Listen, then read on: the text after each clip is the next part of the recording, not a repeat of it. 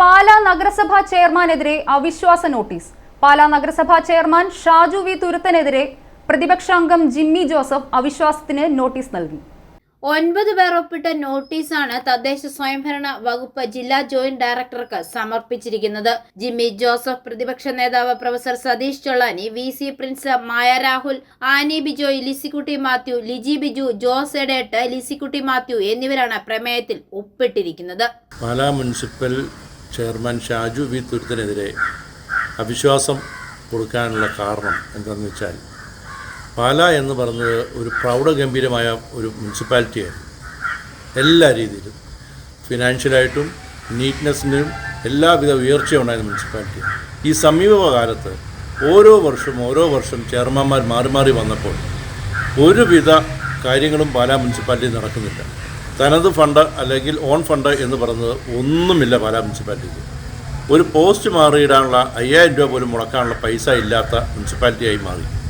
കാരണം താടിയുള്ള അപ്പനെ പേടിയുണ്ട് എന്ന് പറയുന്ന പോലെ ഒരു സ്റ്റേണായിട്ടുള്ള ഒരു ചെയർമാൻ ഇല്ലാതെ ഓരോ 8 മാസം 9 മാസം ആകുമ്പോൾ ചെയർമാന്മാർ മാറുന്നതുകൊണ്ട് ഒരു രീതിയിലുള്ള വികസന പ്രവർത്തനങ്ങളും പാലായി വരുന്നില്ലായിരുന്നു.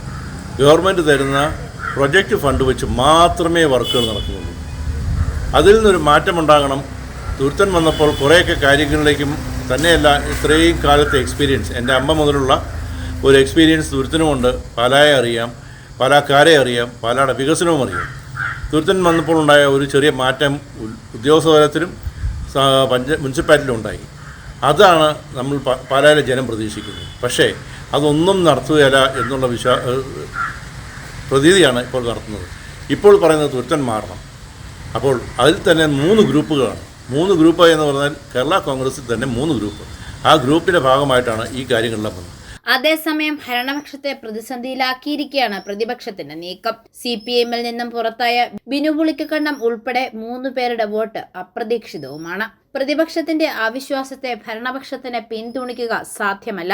ഈ ആഴ്ച ധാരണ പ്രകാരം സ്ഥാനമൊഴിയേണ്ട ഷാജു തുരുത്തൻ ബലം പിടിക്കുന്നതാണ് ഭരണപക്ഷത്തിന്റെ പ്രതിസന്ധി.